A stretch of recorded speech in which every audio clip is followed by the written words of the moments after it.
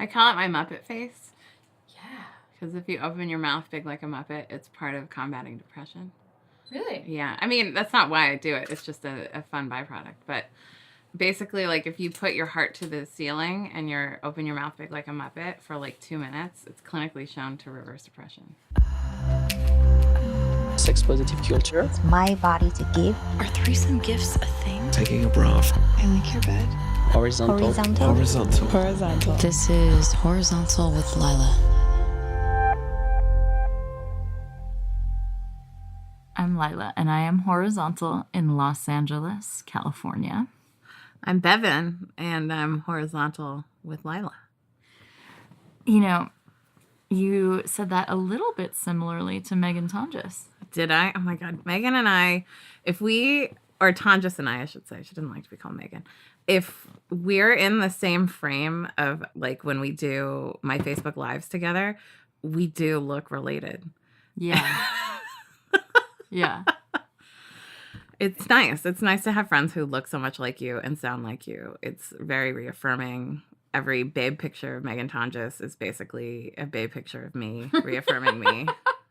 I don't know if she feels that way about me, but I feel that way about her. So, Oh, hello, and welcome back to the podcast of intimacies recorded while reclining. Think of it as a form of consensual eavesdropping. Or, in the words of my listener Ghost Heart, you can consider it the podcast that takes you into my bed and lets your ears watch as I unzip intimate conversations. Thank you for that. I often say that this show is about intimate relationships of all kinds, not just romantic and sexual relationships, which tend to be the only ones that our society considers to be under this umbrella of intimacy, but also family relationships and friendships and mentorships, platonic love affairs and business partnerships, and all of the rest of the meaningful relationships a human can have. We also deep dive into the one relationship that is intrinsic to all of these, and yet not always named as such: our relationship to ourselves. The lion's share of this episode is about self-intimacy, how we think of ourselves, how we talk to ourselves, how we treat ourselves, care for ourselves, how we learn to mother ourselves, and how we figure out ways to pick ourselves up. In this episode, recorded on my trip to Los Angeles in early December, I lie down with Bevin, aka queerfatfemme, fearless torchbearer of body positivity and positivity in general, warrior for self-love, creator of Fat Kid Dance Party Aerobics, former lawyer, empress of tea, and purveyor of radically colorful fabulosity. She's also a Reiki practitioner and a life purpose coach. Go swimming around in all things kind and sparkly and jubilant on queerfatfemme.com. Queer, queer, fat, F-A-T, femme, Femme.com. Bevin describes her gender as Dolly Parton and Miss Piggy. I pretty much wanted to talk to her forever. She's delightful. I settled for 3 hours. This is the first half of that conversation. It's really a hell of an episode.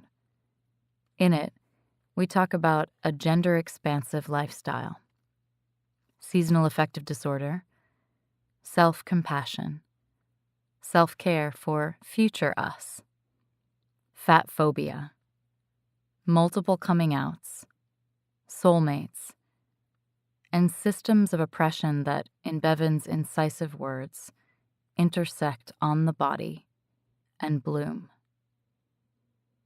The next episode, 62, contains the second part of our conversation, in which I tell the entire 17-year story of the romance that led to my abortion in October. It's available on Patreon to patrons of $5 a month and up. Patreon is the love child of crowdfunding and a subscription service. When you sign up, you'll get a special RSS feed, and it's a stream of episodes that are available to my patrons, You add that to your podcast player, and it gives you exclusive access to all of the episodes, every part 2, going back to the beginning. Patreon.com/horizontal with Lila. patreon.com/horizontal with Lila. I want to welcome my darling new patrons this month: Pan, Nick, Lewis, Ava, David, Emily, Donald, Jacob, Charles, Olivia, Sheila, Trep, Renata, Greg, Takia, Nicole, Ariana, and an extra happy dance for Christian, a longtime patron who upped his patronage in December. I'm deeply committed to Intimacy Maven as a career choice, and continuing to create work that diminishes loneliness, dispels shame, and alchemizes human connection in multiple mediums. You can help me happen it. Patronage begins at $2 a month, and I absolutely cherish every single patron.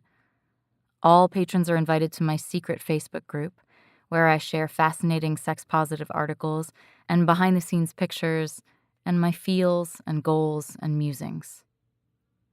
Some of my friends have told me that they've been hesitant to become a patron if they could only do $2 a month.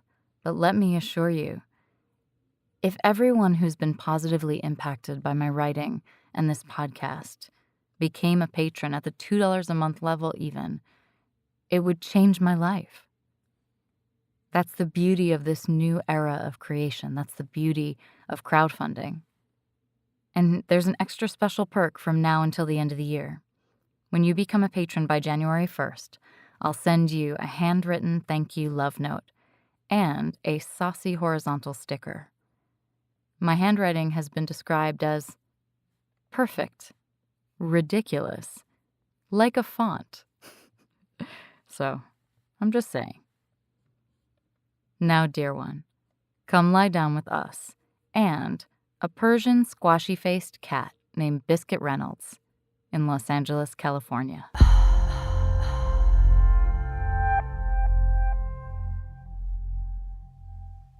As I was driving over here, it was gloomy this morning because it rained, and I was driving from my friend's house in Santa Monica, and I was just asking myself why I was so low. I'm here on vacation. I've seen friends. I've had a really sexy encounter. Ooh, already? Yeah, that was the first night, actually. I was like, I really would like to see him again, but I don't know that it's going to happen before I go. I'll leave tomorrow morning. Oh, that's the worst. When you get a little taste. Oh, I know. You're like, can we cram in another Can we just tete-a-tete? So I was driving over here and just feeling quite gloomy and thinking about my cycle. Am I PMSing? But my cycle hasn't re-regulated since I had an abortion 2 months ago. Oof. So I don't know. I don't know if I'm PMSing, but I do know that it was overcast and I was silent. I often sing to myself in the car. I was silent. I was thinking. I just felt kind of gloomy. And then I started singing. And I was like, oh, clearly I feel a little bit better. And then I noticed that the sun was starting to break through. And it was that clear. It was that stark. So I've been wondering, one of my main goals for the year is to untether myself from location so that I can keep my home base at Hacienda Villa, at the intentional community, and then spend time in other places, specifically places with sun. Totally. Because I want to see, as an adult, I've never lived in a place that had consistent sunshine. So if I did, would I need to be taking sertraline? I'm not sure. I don't know. It might just, it is in my genetics on both sides, the depression. But also I've done a lot to combat it. I've been practicing yoga for 20 years. Isn't that an amazing point when you get in your 30s and stuff starts to happen in the span of 2 decades of your life. 21 years. Yeah, wow. Yeah. Wow. And I meditate, and I've done a lot to rewire my nervous system. So I'm really curious to see what it would be like if I had some consistent sunshine in my life. Obviously, I'm super pale, so I can't be in direct sun for long periods of time, but just it being sunny outside and me being inside makes a difference, or me being in the car makes a difference. And I notice it in New York too, because it's not very often overcast in New York. It can be clear, but sometimes it is clear and just incredibly cold, and it's still difficult on the nervous system. Yeah, it's all difficult on the nervous system. So, Lila, I wonder if we're related, because I too have depression on both sides and am incredibly pale. I'm very light sensitive. What are your backgrounds? What I was told and my ancestry DNA all confirm, it's mostly just Irish, and then a little bit of like French, but mostly Irish. I haven't done 23andMe, although that is my plan. 23andMe. Yes, yeah. But on one side, I come from Italians. Oh. And my dad is a little bit swarthy. And his siblings are all also a little bit darker. And my mom is very, very pale. And she's Brazilian by way of Russian and Romanian Jews who emigrated. Wow. So my theory is that I have Romani blood. Oh. Because of my wanderlust. And I have the Russian paleness. Wow. So maybe not related, but also similar. Perhaps, what do they say? Sister from another mister. Yeah. That kind of a thing. Totally. Sisters in depression. Combating depression. I am curious about your theory about if light works, because I noticed, so I've lived in LA. This will be my 3rd winter in LA. I moved from Brooklyn. And I strategically left on December 19th so I could get a full amount of Christmas in New York, because that's the best time in New York. Yeah. And that year, it was 2015, I just willed it to not snow until after I left. And the ironic part, yeah, it totally worked. It didn't snow that year until after I left. But the ironic thing is, when we were driving in the southernmost part of our drive across the country on the way to Tucson, Arizona, we went through a snowstorm.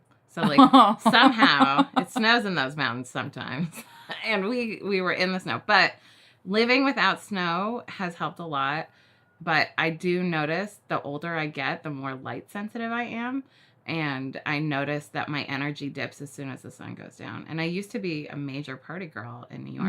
Like, I threw nightlife parties. So I was, working till 2 a.m.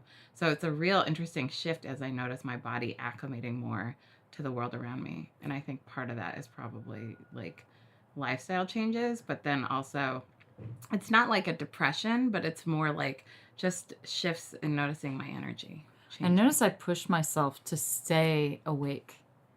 I don't go to bed when I'm tired, and I haven't for a very, very long time. And so my constant fatigue could simply be just not going to bed when I need to go to bed, And I'm constantly aiming to go to bed at 10 p.m. and just severely failing every day. I'm going to bed at 2 or whatever. Same. So I guess working for myself, I have a lot of privilege in determining my own schedule. But what I noticed when I shifted away from working 9 to 9, let's be honest about, when I was a lawyer, I was working 9 to 9. When I shifted away from that, I got laid off when the economy tanked in 2008. And the first thing I noticed was when I was given full reign over my time, my sleep became a priority. And it was amazing how different my quality of life was when I got a full 8 hours. And just letting myself sleep as long as I want. Sometimes my body really wants 12 hours of sleep some nights. And letting myself have that reign, letting the animal part of my body be available to what it needs when it needs it is just such a liberatory moment, which I know is from a lot of privilege of being able to have flexible work hours. Yeah. But just letting sleep be a priority. I mean, I'm still a brat at night sometimes, and I definitely stay awake far too late. But, like, then that means I tend to sleep till noon sometimes because I'm up till 2 and my body just wants to sleep. I had a really obvious example of how sleep deprivation is just horrible for my mental health and for my level of kindness in the world.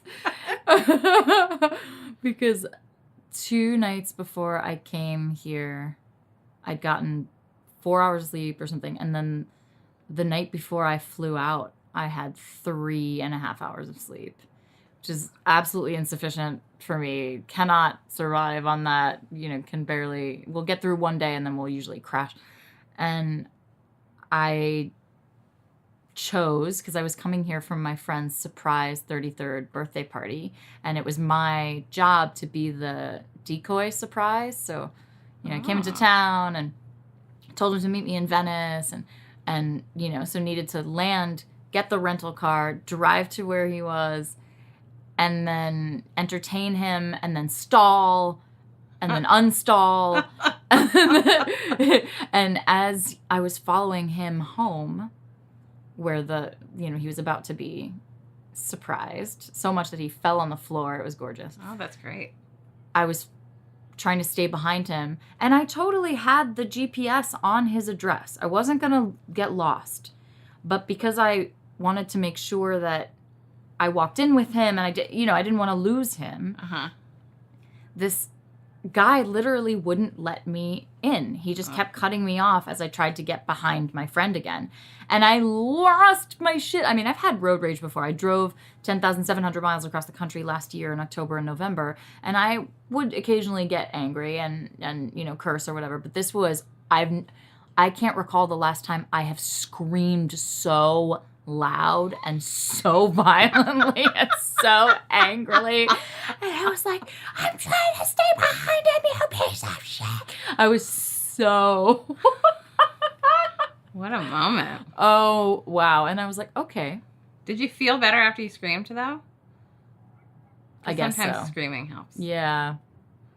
And then I was like, whoa, you need to sleep, Lila. You can't... You cannot be... I was wearing a jumpsuit that I got, and I sewed patches on it, and the patch on my left-hand shoulder says, be kind. And I was like, oh man, God. Lila, you fail. You fail. Failure of kindness. But at least, I mean, the person who was the most damaged in that moment was you. Yeah. Because that guy couldn't hear you. Yeah. And also, sometimes, we just have to feel our feelings and let it pop and recognize for self-care later. Because self-care is just a constant calibration. How am I doing? Mm-hmm. What does my body need? What is my body going to need? And sometimes self-care ultimately is doing the thing you don't want to do right now that will help you in the future. Yes, I often think about, I'm going to go grocery shopping for future me. Yes. And then later on, when I go into the fridge and I have things to eat, I go, past me. I love you so much. Right? Agree wholeheartedly. Sometimes, Bevin from the past is really good to Bevin in the future. And sometimes she fails a little. Not so much, yeah. Yeah. Did you get to catch up on your sleep? I did because I passed out at my friend's house on his couch, and I woke up at 7:30 a.m. and I was like, no. And I kept going back to sleep until 2 p.m. that day. I was like, well, I guess I'm not going to do any more things this morning like I thought I was going to do. I'm just going to, okay, here I am wearing a hat. I had already cleaned up the bed, and I was just on a pile of blankets and pillows on his couch, and I just literally kind of and passed out with a hat with a little pom-pom on it and wearing my pajamas. He took a picture of me buried in the... Horizontal in a pile of blankets. Horizontal in the pile, yeah. Oh my God. So on brand. I can't help it. Everywhere I go, I want to lie down. I mean, listen, might as well make it your industry then. That's right. Do what you love most, and you'll never work a day in your life. Do what you love. So... I am curious about your early years, the early years of Bevin. Ooh.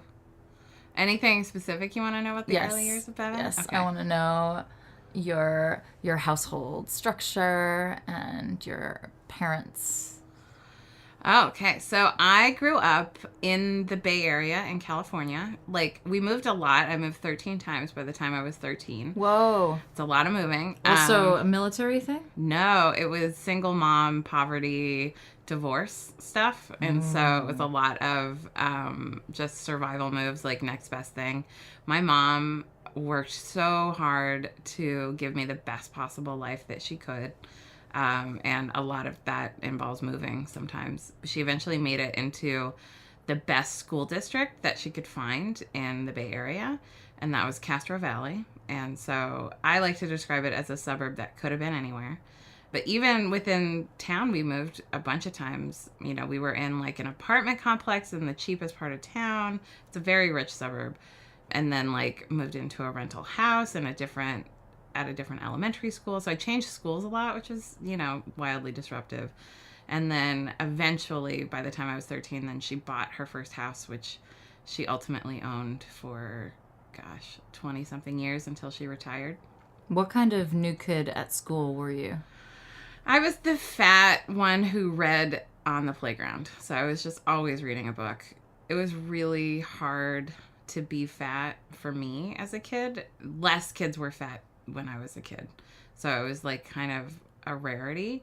And of course, like, less kids in general? Yeah, I think now like there are more fat kids than there were then. There just weren't that many. I think there are more now, partially because of like sedentary lifestyles and poverty keeping kids from being able to like move around and do those like things that kind of regulate our bodies more, and processed foods. Like, I think all of those kind of mix up and we get more kids who are fatter these days than we used to.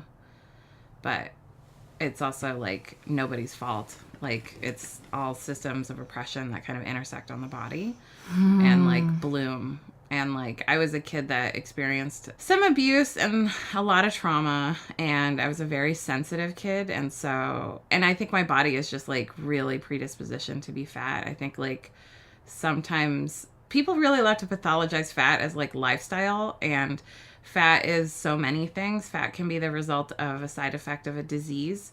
Fat can be the result of hormone changes. Fat can be just benign genetic diversity. Some of us just are fat, like fat-born fat. Sometimes fat is like lifestyle, and sometimes fat is like because you broke a leg and you can't move around, and things just change in your body. In my aunts, I think that it is a result of sexual assault. Totally. Trauma. So trauma like also changes the way our bodies are wired. It changes the way we can move. And sometimes people who have experienced trauma, like, you know, use coping mechanisms, and eating is one of them. So is shopping. So is working. So is alcohol and other drugs. So there's like lots of ways that our body develops adipose tissue. And I like to really work to help people understand that it's not a value judgment, and to value thin bodies over fat bodies is just perpetuating unnecessary oppression. And like, we can choose, it's like being in the Matrix or not. It's like we can choose to experience value, like this arbitrary value on different bodies based on like size, race, age, ability.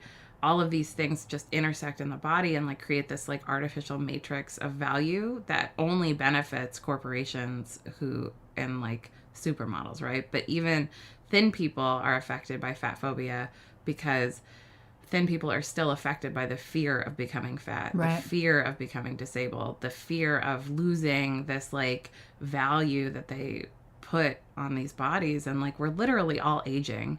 So I really like to just like teach people that you can exist outside of this idea. All bodies are good bodies, and it really serves everybody, especially you, because like the more you stress out, the more you age. Like, I believe I'm aging in reverse. Like, I just keep looking younger. I also feel like I'm getting younger every year, and my housemate Leandra feels that way too. Yeah, and it's literally just a state of mind. It's like how you experience the world around you, and you can choose to experience it in a more difficult way, or you can choose to like get into the flow and be in more joy and like get resilient to other people's judgment. And that resilience comes from like when you were talking about being kind, the kinder you are to other people, the kinder you can be to yourself. It's a feedback loop. The more compassionate you can be to other people, the more compassionate you can be to yourself. Self-compassion is like possibly one of the most liberatory things that we can do. Mothering ourselves. Sometimes I frame the restorative yoga practice that I teach each week as a practice in mothering ourselves, which is, to me, the most adult thing that we could do. Totally. You're so right. I love that you point out in your socials how fat is a descriptor. Yeah. You're like, it's not a value judgment.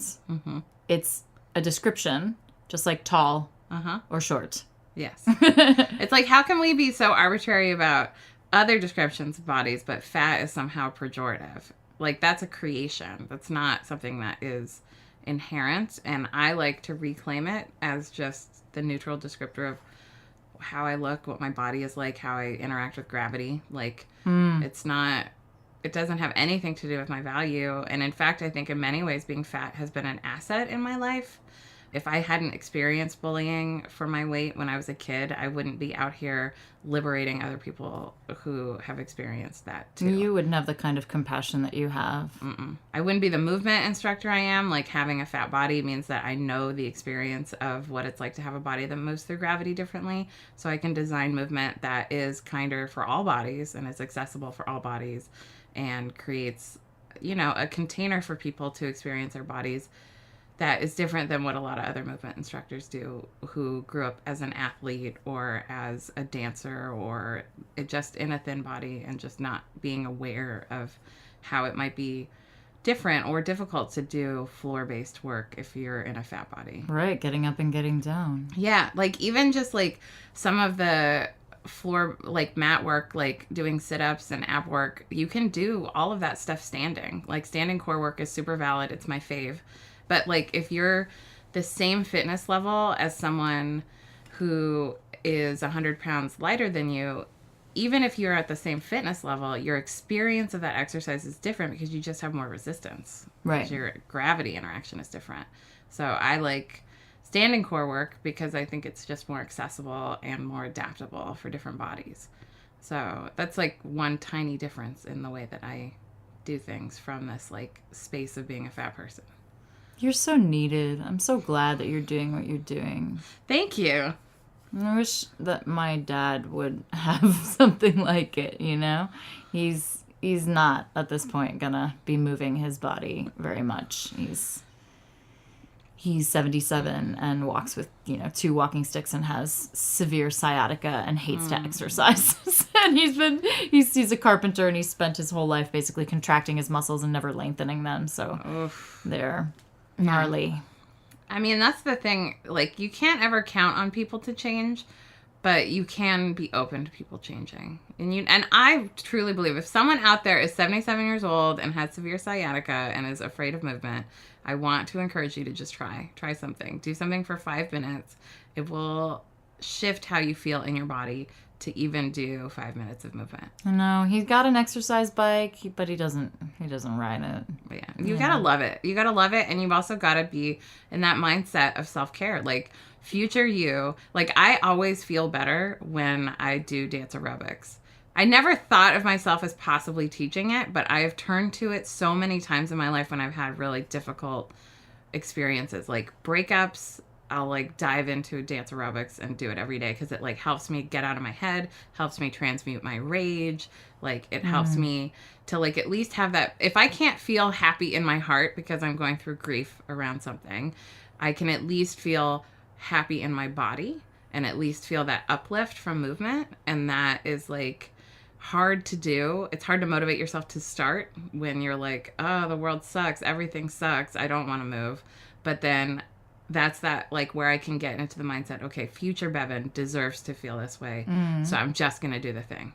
And I like to say, if you're thinking about movement or self-care, just do it and then think about it later. Because like I can often like waste an hour and a half just like not getting into whatever it was that I was intending to work out. You might not love it initially is the thing. That's true. But often, maybe always, you're going to feel better. And sometimes it's just like nice to do that kind thing for yourself when the world is feeling so unkind. Like, we can choose to be kind to ourselves and do the self-care, because it can feel like the world is a dumpster fire and nothing is good. So then here's this good thing we can do for ourselves. On that note, I'm feeling like I need to reorganize the mic. I could have done it better. I'm just gonna change it.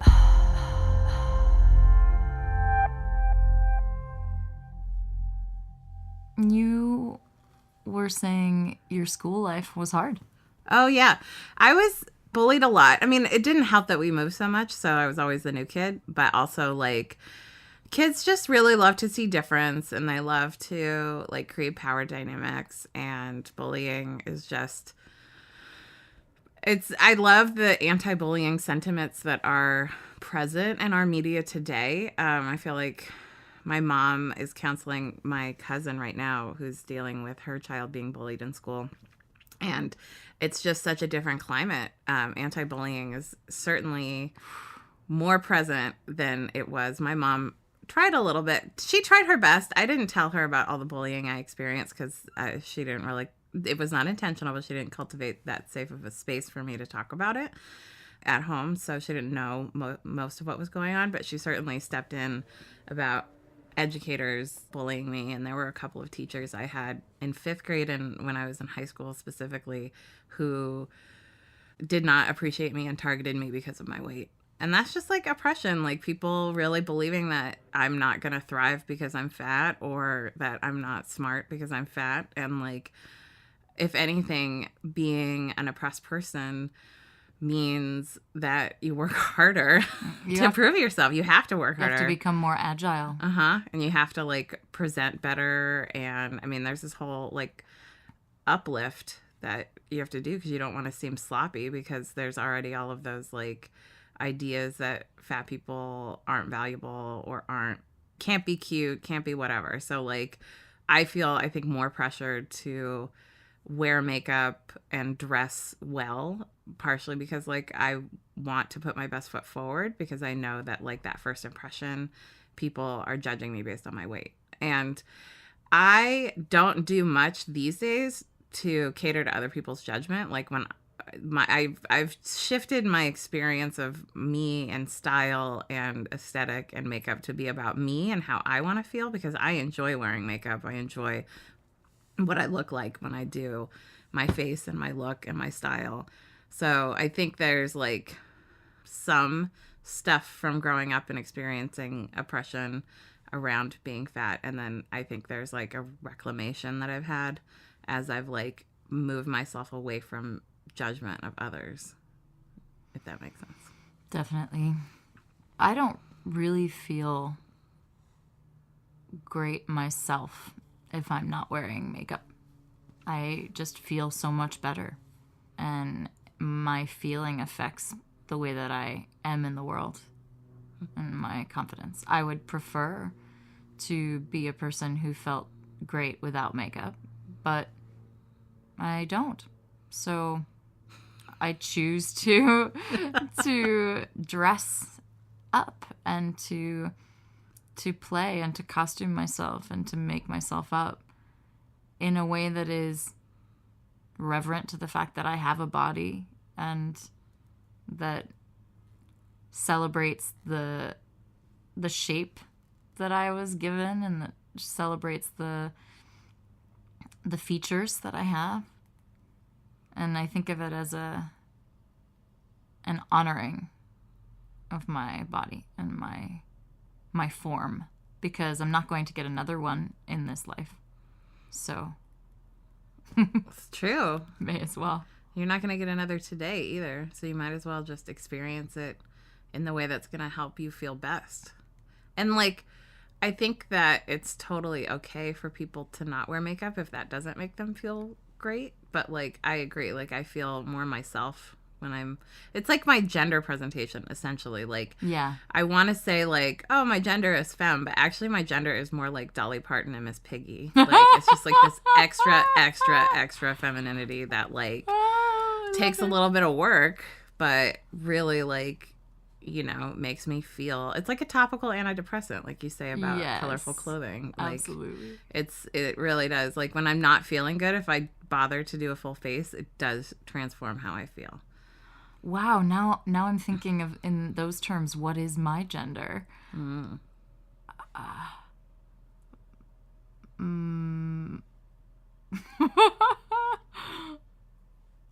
don't know.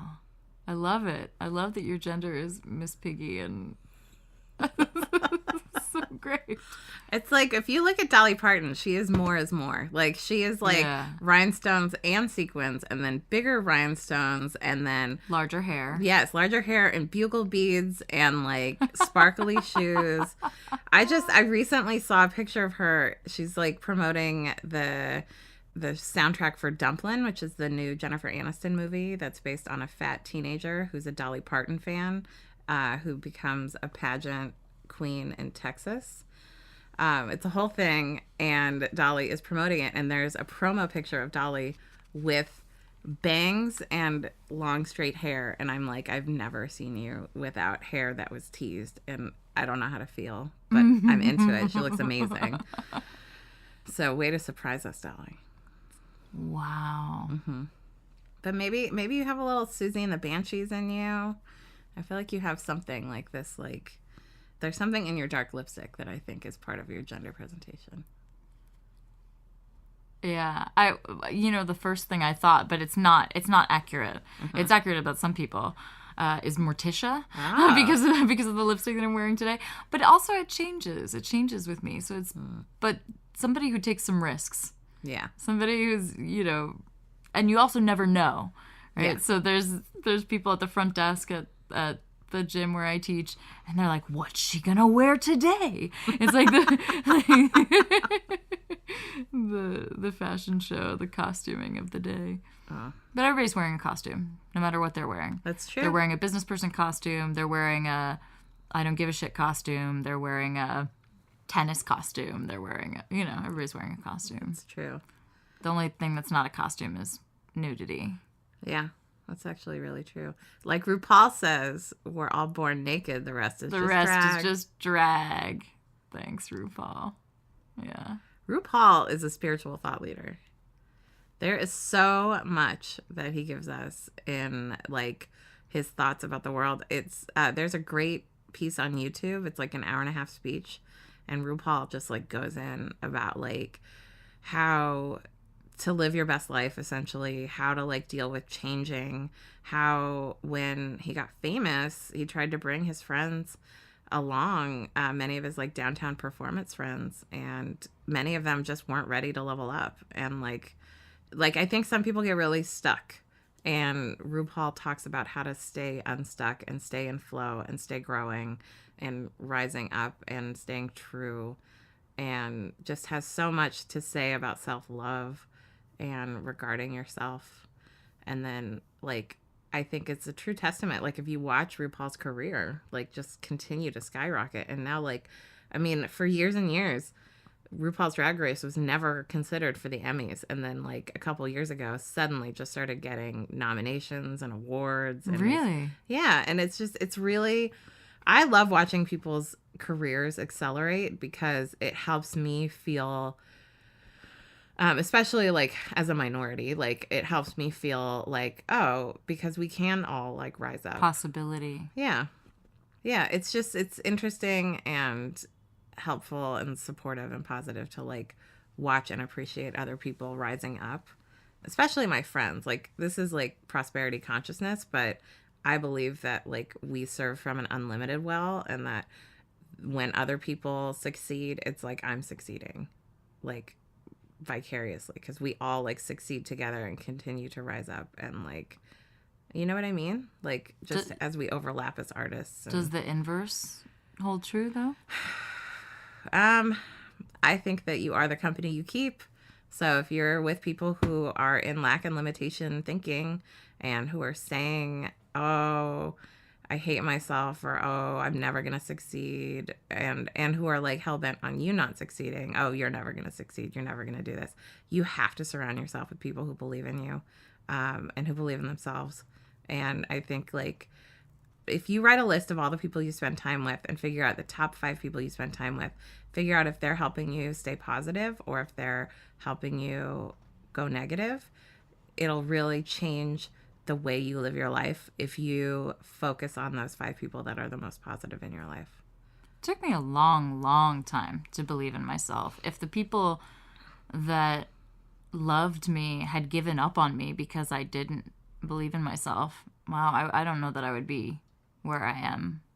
I'm not saying give up on people. I'm just saying, like, focus your time and your energy on believing in yourself and staying with the people who help you stay uplifted. I mean, I didn't believe in myself either, and I had to have friends who, like, taught me to love myself, basically. But, like, you know, staying positive and being with people who, like, spark that in you makes a difference. And you can tell the difference between someone who, like, is saying self-deprecating things but then ultimately believes in themselves versus someone who is just really in that negative space. I think there's, like, a quality you can get in that. Yeah, I have a housemate, and she and I used to really do a lot of complaining together. And at one point I pointed to it and I said, I don't want us to do this. I don't think this is good for us. And so we've actively spent time asking each other, what's good today? I love that. Yeah. Is it working? Mm-hmm. That's great. Yeah, it makes a difference. It doesn't mean that we can't tell each other something that we're struggling with. Totally. But that we do spend time and actively tell each other. She's well-versed in Mama Gina techniques and tactics, and one of them is bragging. So we practice bragging to each other. It's great. It is. It's really helpful, actually. There's an exercise I've been doing. It's called Kylego, and it is named for the 2 people who came up with them, Kyle and Diego. Kylego. And it's basically just talking about something that hasn't yet happened as though it happened in the best possible way it could have happened. Because our brains and our subconscious are wired to get us to places in the shortest possible period of time. It is so awkward to, like, talk about your hopes and dreams as though they already happened, but it is so powerful when you can do it. Like, I've been doing it now when I do my makeup. So tying it back into the makeup, like... So you're talking to yourself. Talking to myself, looking myself in the eyeballs, because eyeballs are so important, and just, like, talking about my life as though my dreams have come to pass. And, like, right now in my life, I'm dealing with a lot of uncertainty and struggles. And it's not like I don't vent to my friends and talk to them about what's happening, but the more I can spend in a solutions place, the more I can spend, like... Because I noticed this last week in my depression, just she unfolds. She shows me more as I continue to work with her. I realized last week, every time I was dwelling in the uncertainties going on in my life, like, my partner and I are having a real rough patch, and, like, my finances are very, like... Tenuous. Tenuous. Tenuous is a great term for that. As I continue to pursue my dream, which is not yet paying for my life. And it's so hard. And every time I was having thoughts about the uncertainty, I noticed my depression would flare. It was like almost a 1-for-1 correlation. And I was like, oh. And then I started thinking back to, like, other times in my life that have been really difficult with depression. And I'm like, oh, every time I thought about, like, trying to get a job when I was leaving law school, because, like, finding a job was really hard for me at that point, I was getting suicidal. Like, it was like that. And I was like, wow, look at that. When I dwell in uncertainty, it flares my depression, which makes it harder for me to move forward in life. So if I can do this other stuff to kind of balance it out and really focus on what's the best possible outcome, because it's free to dream and it's free to change your thoughts. So it's like, this is, like, kind of one of the best things you can do to love yourself, is to just, like, figure out how to think in a more prosperous way, in a way that isn't about, like, dwelling in how much you don't like yourself or you don't like your feet or whatever. Like, instead, I like to tell people, focus on the part of your body that you already feel good about. Dress for that. For me, it was my cleavage. Like, when I was, like, 22, I just started dressing for my cleavage. I didn't love my body yet. I didn't even know what body liberation was. And I just started dressing in this way that accentuated my cleavage. And it just changed my life. It changed how I felt about my body. It enabled me to start learning to love other parts of my body. Until now, I'm pretty cool with pretty much everything in my body. And, like, it's been 20 years of work almost. And like, it is a night and day experience of what it's like to live in this life and to experience this life. And I'm so grateful I did that work. And it doesn't mean you can't complain. It doesn't mean that you can't have a bad day. And it doesn't mean you can't vent. But it's just like, how are you spending the majority of your time? How are you spending the majority of your thoughts? What are you doing when those negative thoughts come up? What are you doing in the car? In the car is where I was like mostly having like my negative thought spirals. And I just learned how to interrupt that stuff. Because like, I spend the most time with myself. So I might as well make it an inspired experience. And how did you interrupt it? It started when I was 19. I made a decision to stop hating myself. It was because I read a book called She's Come Undone by Wally Lamb. Mm-hmm. And the main character is this very depressed fat woman who is just like miserable. And I related so much to her that it made me uncomfortable. I was like, I don't want to be like I don't want to be like that. I'm like that. I don't want it. And so I just decided I was going to stop hating myself, and I didn't know how. But ironically, dance aerobics was one of the first things I did because I knew like it was like an MTV workout VHS I had, and like it made me happier to do it. So I was like, okay, I'm going to do some dance aerobics. And it wasn't about changing my body. It was just about like vibing up and feeling happier. Eventually, like, you know, little things happen. Like I met my first girlfriend who enabled me to come out, which really helped me be happier and more free to like be out of the closet. And then when I was 22, I like to say I fell in with the right group of friends, and like they believed that I was beautiful just as I was, that my body was not a hindrance to me being a babe. I was just a babe. And I met other queer fat femmes and like finally had language for who I was in the world, and like saw these people who were just thriving and loving themselves no matter what, which was like, I had never met a self-loving fat person before, and like that blew everything away for me. And then as I continued to work on body acceptance and body liberation and liberating myself from these ideas that my body needed to be a certain way for me to thrive, I just like got happier and more myself. And that didn't mean equate self-love, because I didn't realize that I was still having all this like internal negative self-talk and really putting a lot of pressure on myself to achieve and to be a perfectionist and doing all these things without regard for how much toll they were taking on me, because I needed to like, it was this like coded idea that my value was based on external things. And so I was just like, I was the kind of person that would recite my to-do list in my head and berate myself for never finishing it, because I didn't have any concept for capacity and like how much my capacity like mattered, and that determining your capacity and working with your capacity is part of self-care. And like those long to-do lists that are like 100 items long are actually really damaging to yourself, and they result in getting less done. So if you can really isolate those top 3 priorities and put those on your to-do list, you'll get things done faster. It's like all brain science stuff. You get things done faster, and also you're easier on yourself. And then, you know, you'll get to everything. You can do it all. You just can't do it all at once. At one time. And like I had a life coach who taught me, like tried to get me in the first session to talk to myself as though I was a little kid, and I couldn't do it. And so then I was like, oh man, I really need this. And so I've worked really hard on it, and now I can be really gentle with myself and gentle with other people. It's like 10 years ago, people would not have described me as kind as one of the first things. And now that's the most common adjective I hear about me, which is dope. Like, I'm glad that I have made that shift, because I'm kinder to myself and I'm kinder to other people. I developed a mothering voice, and when I was traveling across the country last year, recording a lot of episodes, Horizontal Does America, yeah, I noticed how much I was internally defending my choices. To no one. No one was in the car with me. No one was around. And I was just constantly justifying and defending. And I realized that a lot of it was defending to, you know, the imaginary mother judgment voice. Oh, yes. And so I just started saying to myself, and I wasn't framing it as talking to my little self, but that is, I think, what I was doing. I just started saying, that's okay, baby. That's all right. So you missed the turn.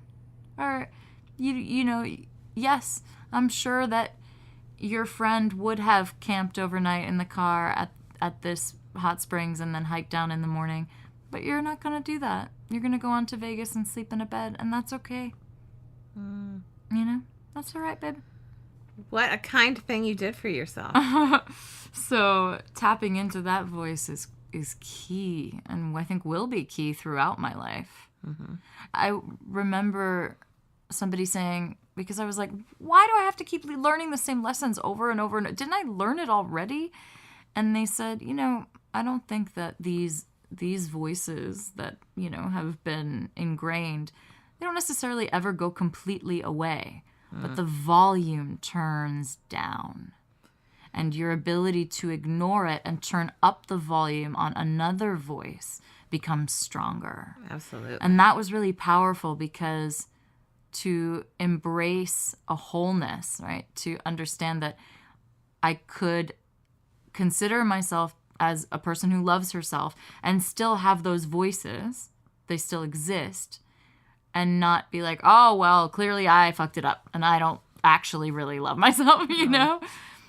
But just to be able to talk back to them sometimes, and to have even that sweet voice who says, it's all right, baby. And sometimes all those voices need are just like a kind acknowledgement. They just need to be thank you seen. for your input. Yeah, I hear that you're upset. You're trying to keep me safe.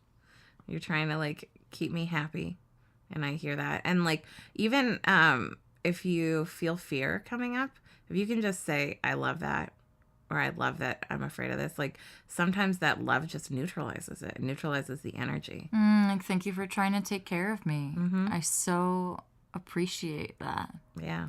It reminds me of Inside Out.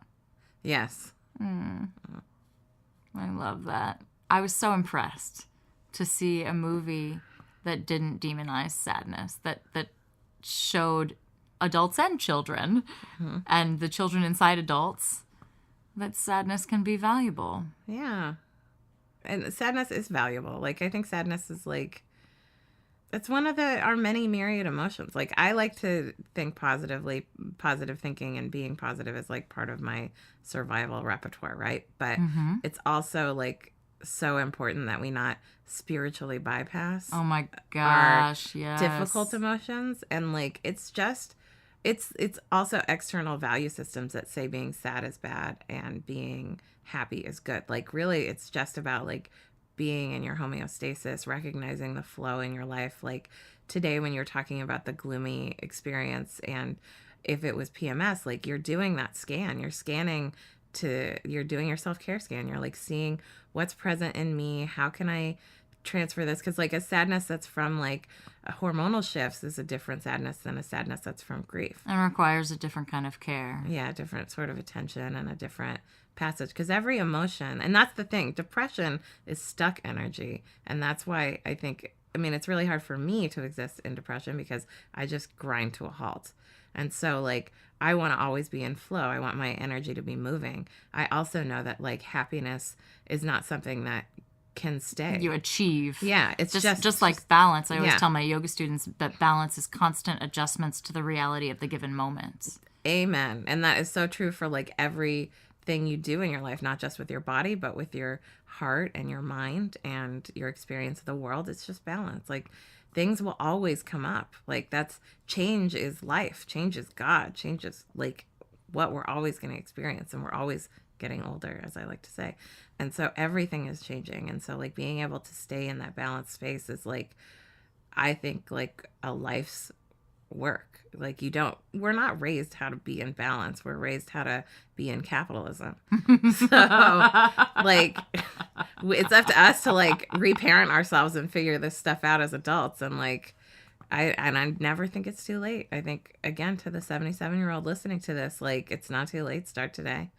You can have a more pleasant experience of life if you can just stay being in balance and not judge yourself for what comes up. When did sexuality come into your purview?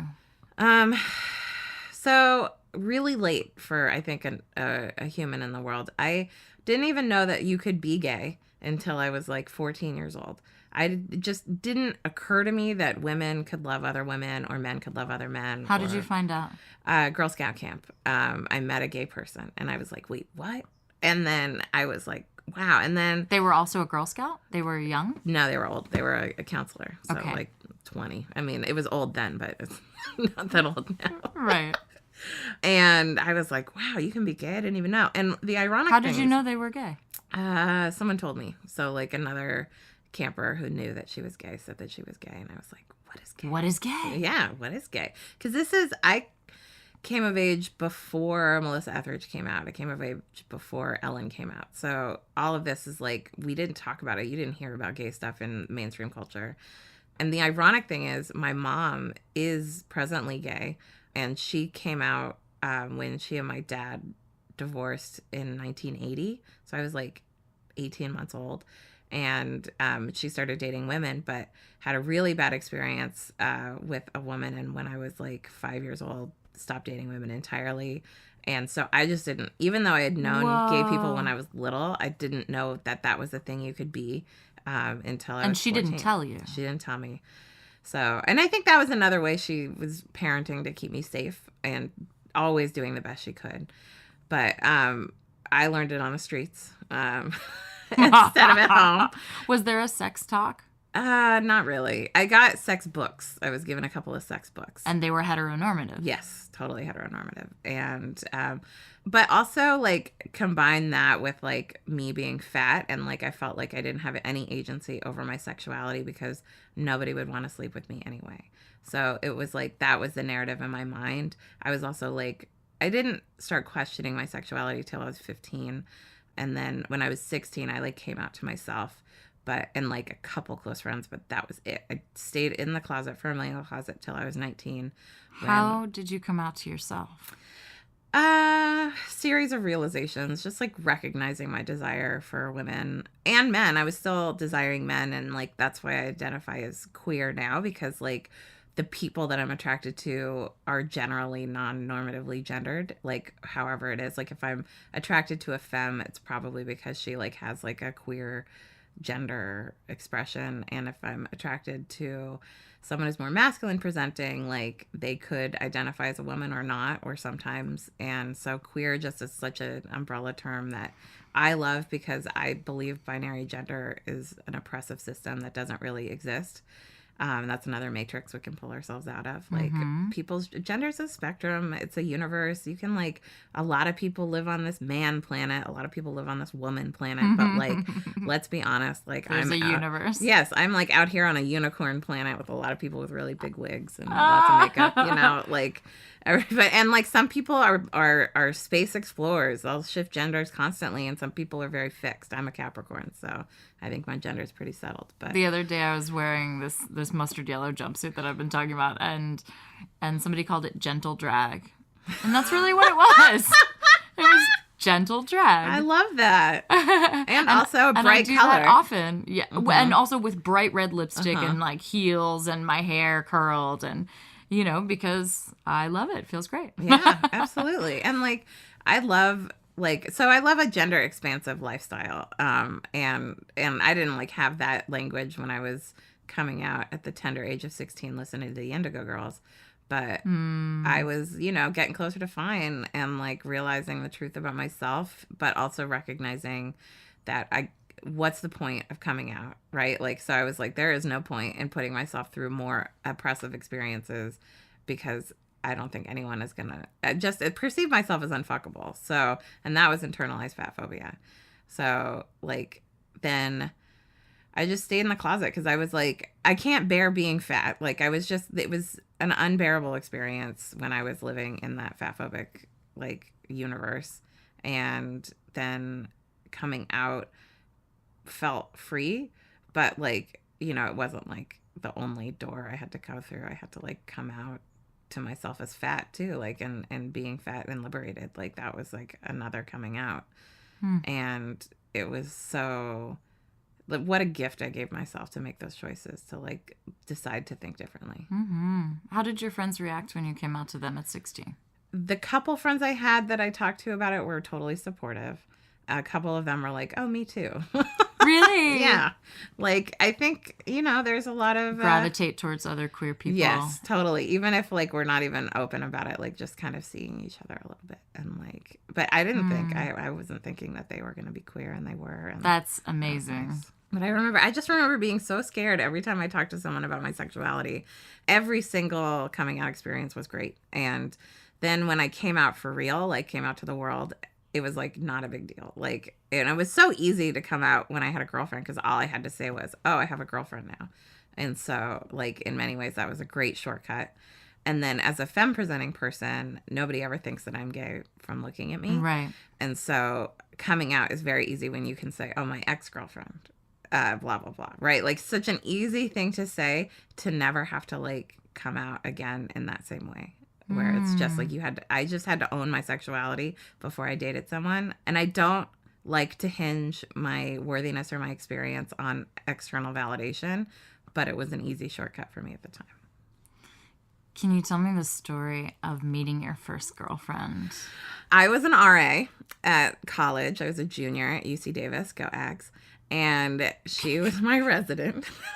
So it was like, my boss was very kind. Spicy. It is spicy. My boss was kind, though, because she had told us in our RA training we were free to date the residents only if it was a serious relationship.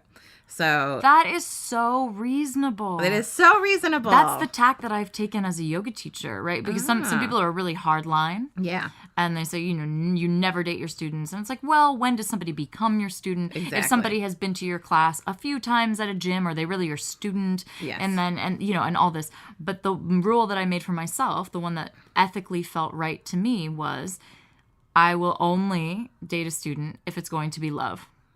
Right. And I dated one student. That's great. And then also, and he was not a student. He came to my class once at a gym. Okay. Once. Is that how you met him? Yes. Okay. And then we stayed talking afterwards and started joking about a beverage. And then he asked me for a drink. And yeah, that's how that started. Wow. It didn't turn out very well. He was a lawyer. He was a workaholic. He wanted to be a politician. He was kinky. He was dominant, and he was staunchly polyamorous, and I do not know where I fall on the polymono spectrum still.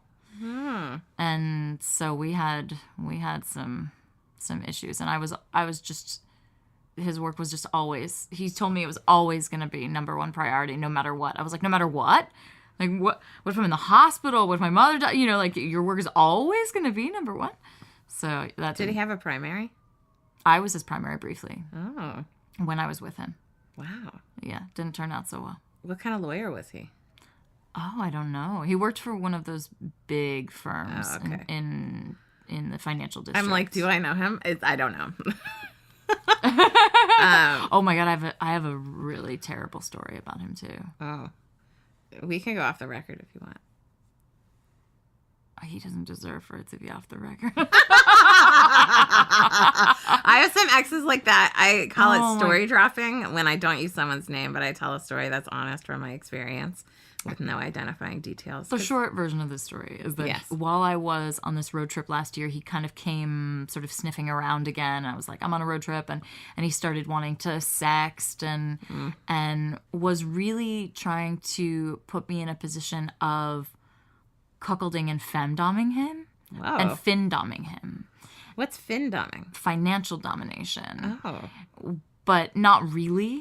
Where he wouldn't actually give me the access that he said he was going to. You know what I mean? Ugh. And he sent me like a little bit of money, and he was like, I want you to go and get yourself some lingerie and use it with somebody and send it to me, or he just was really. And I was like, actually, like, that sounds kind of hot. That could be fun. And then he was like, I'm going to, and I was like, if you really want to make a girl feel good, you need to listen to my work. Listen to all the, he was like, you want me to dom you? Listen to every episode. He didn't. And I was like, you're a terrible sub. Yes. I 100% agree. You're just... If you want to fuck someone out there, if someone wants to fuck Lila, listen to all the episodes. This is a basic tenet. Right. Like at least the doing- last 10 episodes, and then keep going if your crush is still developing. This is 101 of like being a content creator and having someone like roll up and say they desire you, and like they're not even gonna like, and that has no interest in actually looking at your work and what you're doing in the world. Yeah. And so here's what he did. He was like, I'll make it up to you. Like I'll become a patron. I was like, great. He's like, how much do you want me to do? I'm ready to do it. How much do you want me to do? And I said, 300. 300 a month. Yeah. Yeah. And he did it. Oh. And I got a message from a friend of mine who's also a patron of mine the next day that was like, congratulations on meeting your goal, because one of my goals was 300, and then I was going to do a certain thing, which I still need to do. I will do it. I promise. And record an episode about the beginning of the podcast and a bonus. Oh. So I was like, yeah, but it's sort of a weird situation. I'll tell you about it later.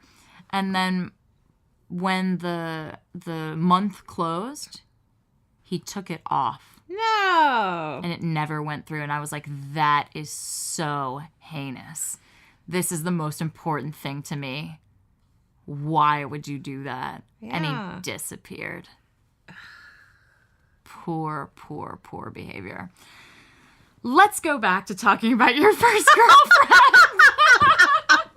I mean, boo on him, and may the people out there who hear this story do better. Do better. If you want to, I mean, as someone, I've been in the public spotlight for like a real long time, probably since 2002 when I was in a drag king troupe and I was blogging on a different platform back then. I have had a lot of dating encounters with people who know me publicly, and I can sniff out someone who's legit versus someone who's not. And I've also dated people who didn't know what I did in the world and like appreciate people who consume my work, because I work really hard to create content, most of which is free, that helps people love themselves. And like, it's so part of my ethic that like, if someone can't even be bothered to like listen to that stuff, I know they're not even ready to be on that level with me.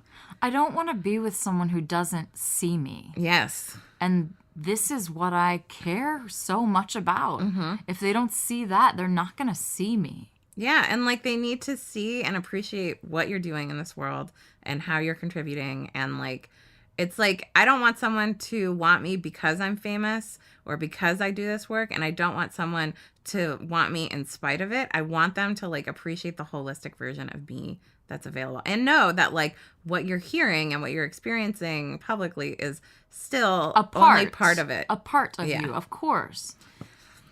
And that they will have access to something different and more and the rest. Yeah. Ugh, I can't believe he pulled it. Anyway.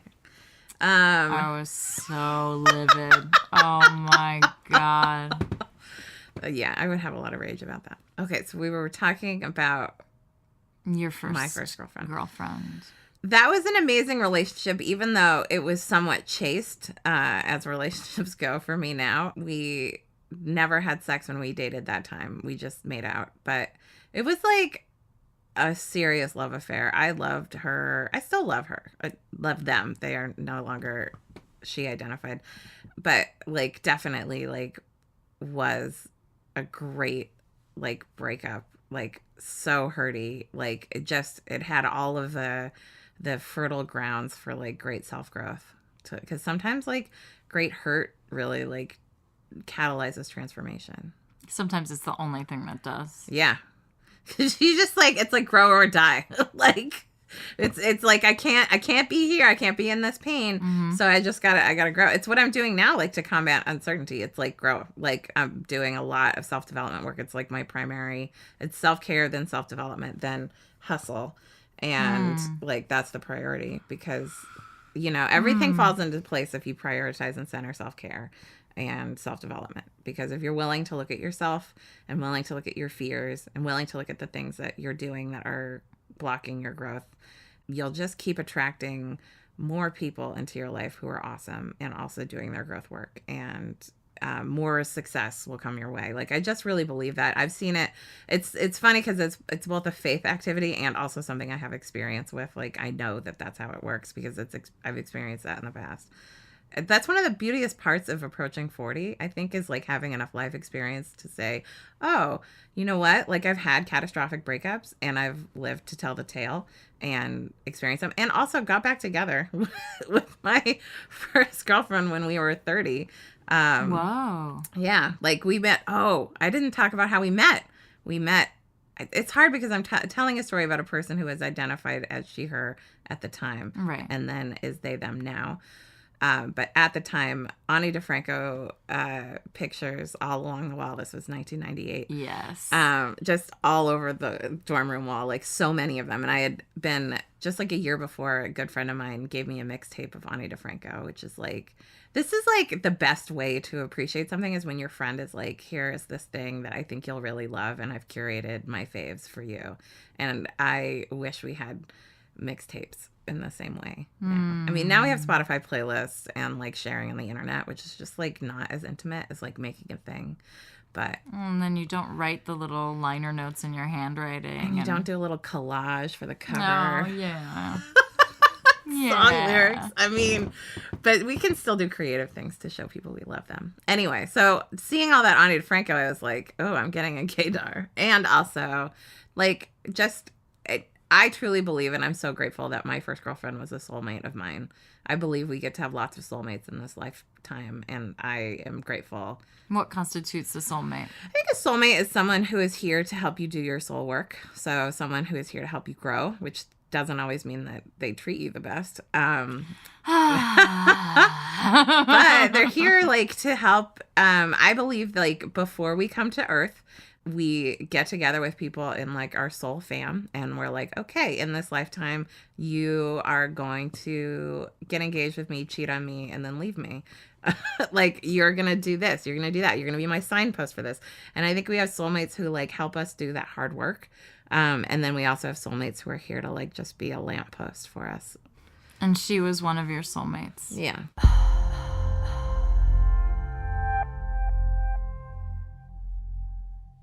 For more horizontality in your life, you can receive my words in your inbox once a weekish.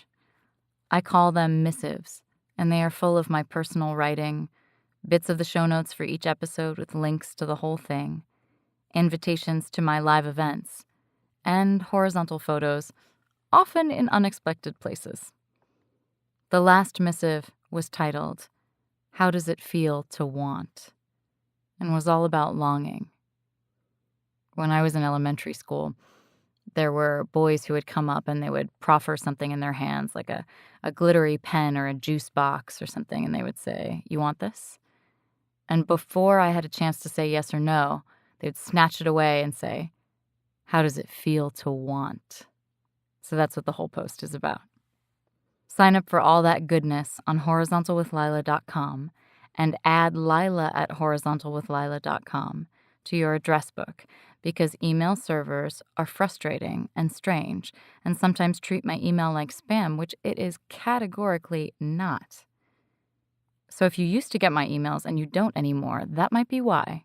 Please rescue them. Here are the humans who helped make Horizontal happen. Chad Michael Snavely edits Horizontal. Check him out on chadmichael.com. Shauna Shea drew the Horizontal logo. Hire her through 99 Designs. Alan Markley scored Horizontal, and he's a big fat rock star. You can find him on Instagram as Plastic Cannons. Next week's episode with Bevin, which includes the whole abortion story, which starts in college in 2001, is available to patrons of $5 a month and up. Sign up on patreon.com/horizontalwithlila, and I shall happy dance. Until next week, may you have someone to love, something to do, and something to look forward to. Thanks for getting horizontal.